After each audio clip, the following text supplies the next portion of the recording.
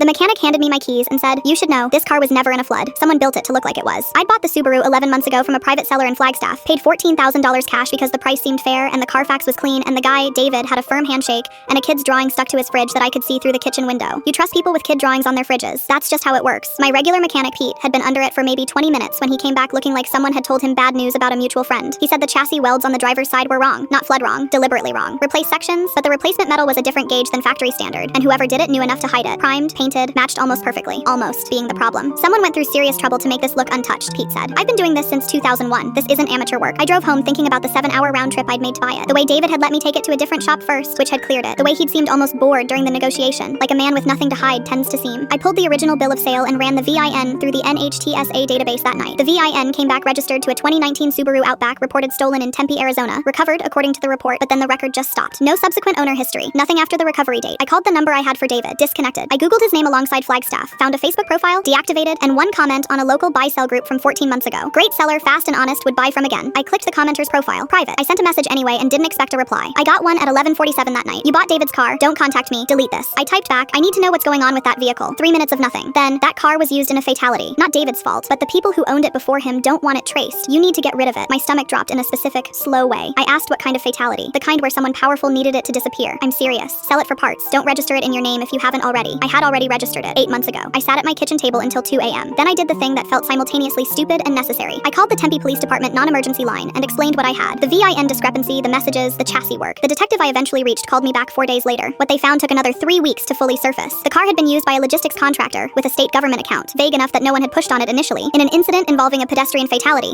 that had been internally classified as an equipment malfunction rather than a vehicle incident. The contractor had connections inside the department handling the original report. The car had been recovered and then quietly sold down a chain of 3 private sales to obscure its history before it reached David, who appeared to have bought it legitimately and unknowingly. David wasn't charged with anything, neither was I. The contractor lost 2 government contracts and one of the internal connections resigned before an investigation formally opened. I got a letter from the victim's family attorney 6 weeks later. They'd been fighting the equipment malfunction classification for 2 years. The VIN match and the chassis forensics gave them what they needed to reopen it. The car sat in an impound lot while everything was sorted. The state eventually compensated me fair market value once it was ruled material evidence, then property of the ongoing case. I bought a different car, paid more than I wanted to, went through a dealership this time. I still think about the kid's drawing on David's fridge sometimes. A house with a sun in the corner, the way every kid draws a sun. He really didn't know. Neither did I.